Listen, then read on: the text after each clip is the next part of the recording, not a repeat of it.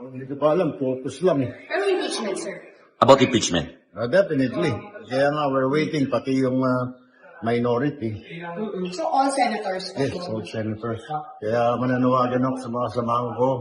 So, sa minority, pasok na ho kayo. At para pag-usapan natin itong impeachment on Monday.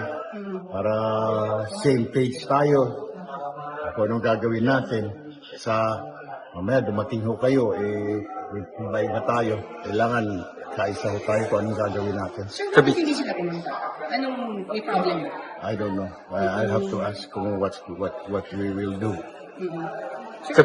Presiding officer, kabilang sa pag-uusapan niyo po? O sino ba? Siya yata yan, sa mga pag-uusapan yun. Kaya nga gusto namin na dumating sila. Diba?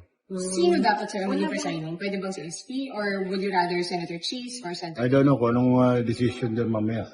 Pero kayo, sir. Who do you prefer? We'll leave it to them. We'll leave it to them. Bakit gusto po nyo na, ano pa po yung dapat plansyahin sa palagay nyo?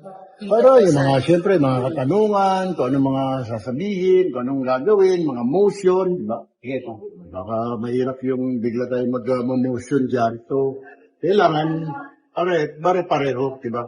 Kahit na magkakaiba yung opinion namin, different opinions, pero dapat nasa same page kami lahat, diba? Minority, majority. Kaya, that is why they're calling this a focus. Okay. Sir, how ready are you for Monday?